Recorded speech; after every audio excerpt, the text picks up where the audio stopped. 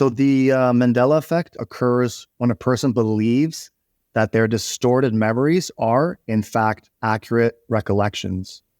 They can clearly remember events that happened differently or events that never occurred at all. And one example of this is that there's no such thing as Jiffy Peanut Butter, but everybody remembers Jiffy Peanut Butter. Yeah. Do you remember Jiffy Peanut Butter?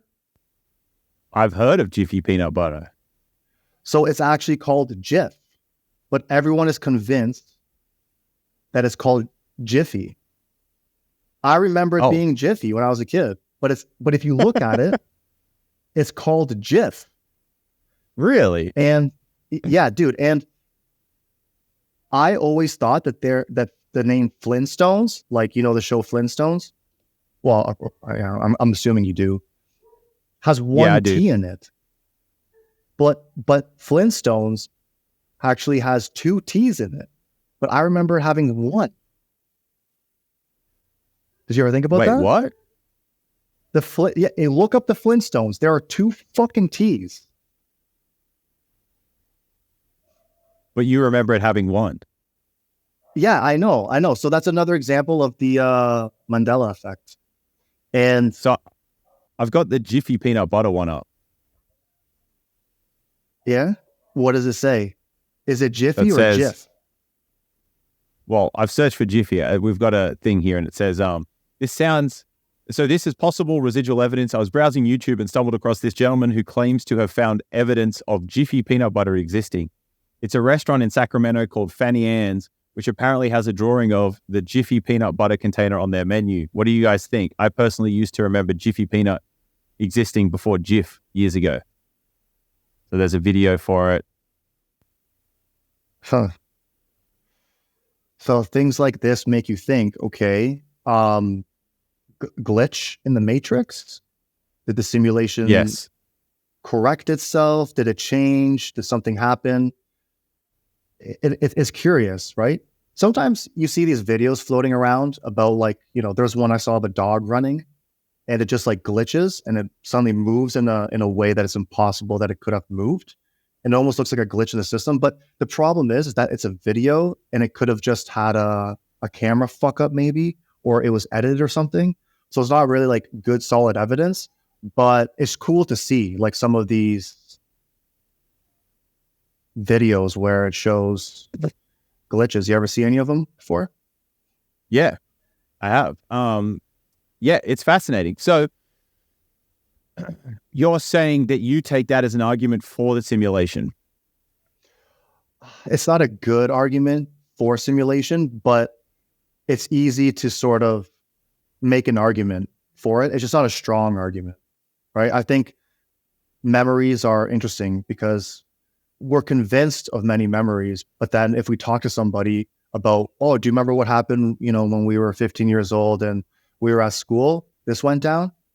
And you're like, well, hold on, it didn't go down like that at all.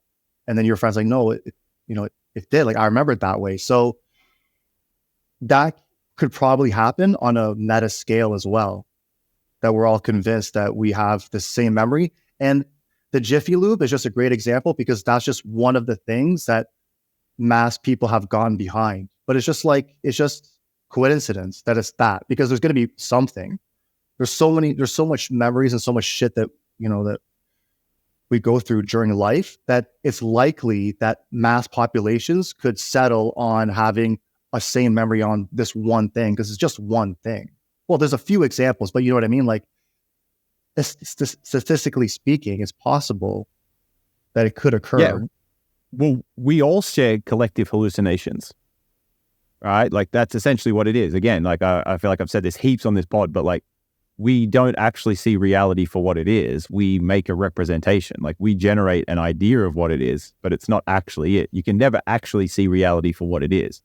And so, yeah, like essentially all of everything is hallucinations in some sense. And like, yeah, collectively we agree on a bunch of hallucinations. It's crazy that it's likely that that could occur as well. Like, as dope as fuck as the simulation idea is, and I love all arguments for the simulation, right? we could also break down how they're not good arguments. So, and I think that's one of them. That's an argument for it, but I think also it's a weak argument as well, just because, yeah, I think it's really likely that that has occurred. Like what we were just saying, that it was like a mass hallucination that everyone has had with Jiffy Lube, Flintstones. There's some other really cool ones too. I'm trying to remember what they were. There's a one with the Ford logo. There's a Mandela Effect with the Ford logo, where people remember it being one way and it's completely different. There's a few of them. I haven't gone down the rabbit hole for years, but I remember, like, yeah, years ago I went like got interested and found that Mandela Effect and was like, what the hell is that?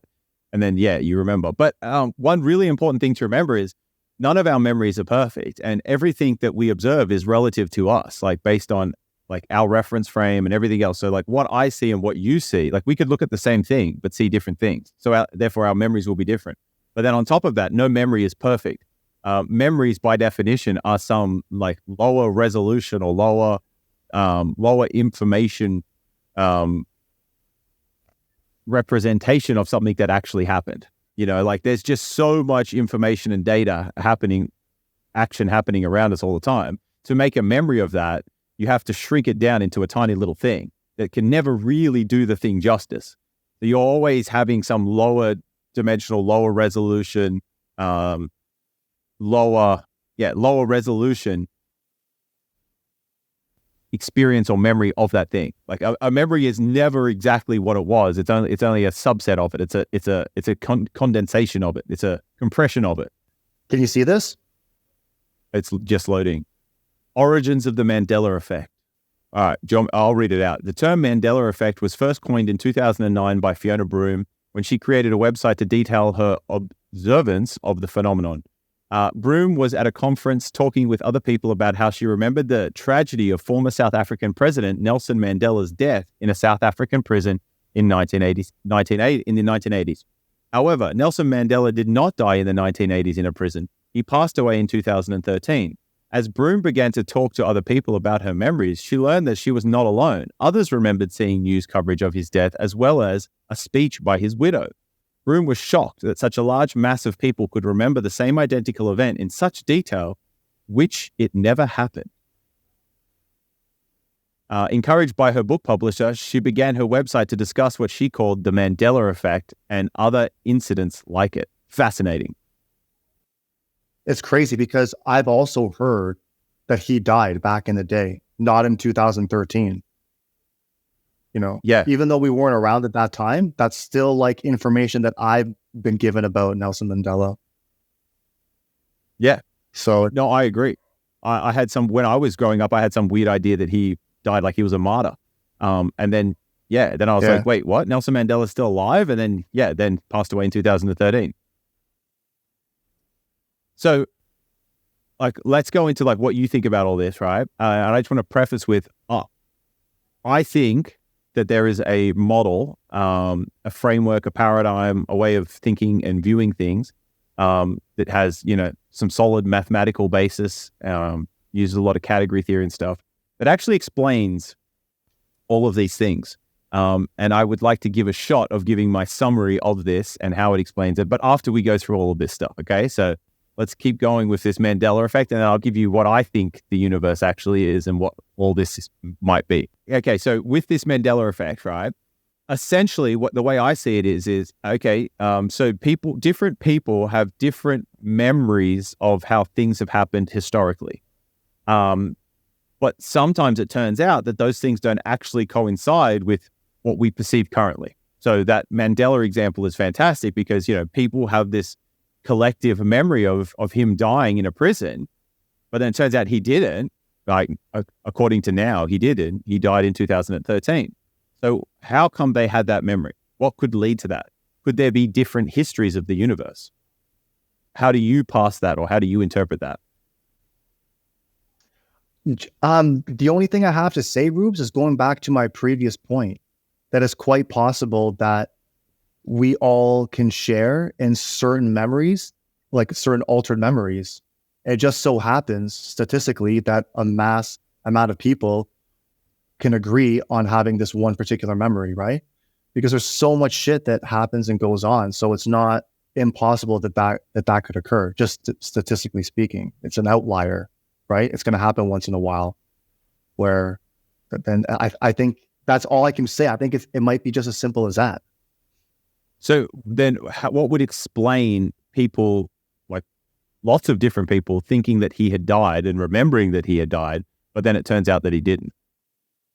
They're all collectively having the wrong hallucination? Yeah, they have mistaken information. Like just like when me and you can talk about a memory that we had 10 years ago in Thailand, for example, I might remember it differently than you do. And I might remember the same story, but with a different person, right? Now, if we're in a group of friends and, four of us think one way and like six think the other way, then, like that could happen, right? But once in a while, you'll be the only one that thought that one story, or you might be right and everyone agrees with what you mentioned because you mentioned it, right? So you mentioned a story and now people are going back to that place and trying to recollect what happened when we were in Thailand, and they're following along the way that you're laying out the story. And I think sometimes people remember things by emotion, so they get on board with like what you said. And when I share my idea now, I might sound crazy. Or if I sound more convincing, I might get people to just side with me, and they're just convinced based on how I laid out the story that I'm the one in the right. I think that can occur, and that likely might have occurred on a huge scale where people talk about Nelson Mandela at a dinner table. Like, no, he died in a prison. Oh yeah, that's right. He did die in a prison. They go to work the next day and someone brings up a conversation about Nelson Mandela. Do you remember that he died in a prison? Was it a prison? Yeah. Holy fuck. It wasn't a prison. And then that just builds and builds and builds. Yeah, it's interesting. And that can happen in various, sorry. Yeah, no, I think that definitely can happen. So one interesting thing that got me thinking about is, you remember how like back in the day, it used to be the gold standard to have an eyewitness. If there was like an event that happened or a crime or something bad happened, well, I saw it happen, right? Eyewitness testimony was considered very, like, it was the gold standard, right? But then recently, within the last 15, 20 years, maybe even just the last 10, it's come out that like eyewitness testimony is actually trash. You can ask people questions in certain ways. You can frame things in certain ways to people that get them to see things that never actually happened. And they could be convinced that they saw it happen the way that they think they did. But if you have a video evidence, so to speak, then that never actually happened. So it turns out that eyewitness testimony is incredibly leaky. It's incredibly inaccurate. And so I think this really says a lot about perception and what we can trick ourselves, like you were just saying. People can have these shared collective hallucinations or just even individual hallucinations. Now, whether or not, it's right or wrong, I think the way that we've typically perceived right is like, okay, the more people that agree on a thing, then the closer that is to being right, And people say seeing is believing, but it kind of isn't, because if you think about what seeing is our eyes receiving photons that have a certain polarity, right, and wavelength, and that hits our eyes, and then that information goes through the brain, and then our brain generates a holographic representation, or tries to holographically model what's happening out there so that we can then see that. And so I think that like when you understand that, it's like, well, is seeing believing, or is it like it's also a hallucination? So how much can you trust your senses? Or how much can you trust what you see? Is seeing really believing? I think the answer is possibly not. I think we need to have many other mechanisms and try and sort of like align them or get them in such a way that we can minimize error in those predictions or in those hallucinations. Back in the day, I went out to this club called Foo Bar, If anyone has ever heard of it, in the KW area, Kitchener Waterloo area, it's called Foo Bar. The place was a complete fucking shit show, and the bouncer has gotten fights with people every fucking night. So I get there, right? We take a taxi there. I'm with two of my buddies, and I'm drinking a beer in the taxi, but I'm being inconspicuous with it, right? And I get out of the taxi parks right in front of where the door is to enter the club, and I get out and I finish my beer and I put it down. And we walk to the door, and I didn't realize that the bouncer saw me drinking that beer because we were kind of far away. I was also drunk. And the bouncer's like, yo, you can't come in. I'm like, why not?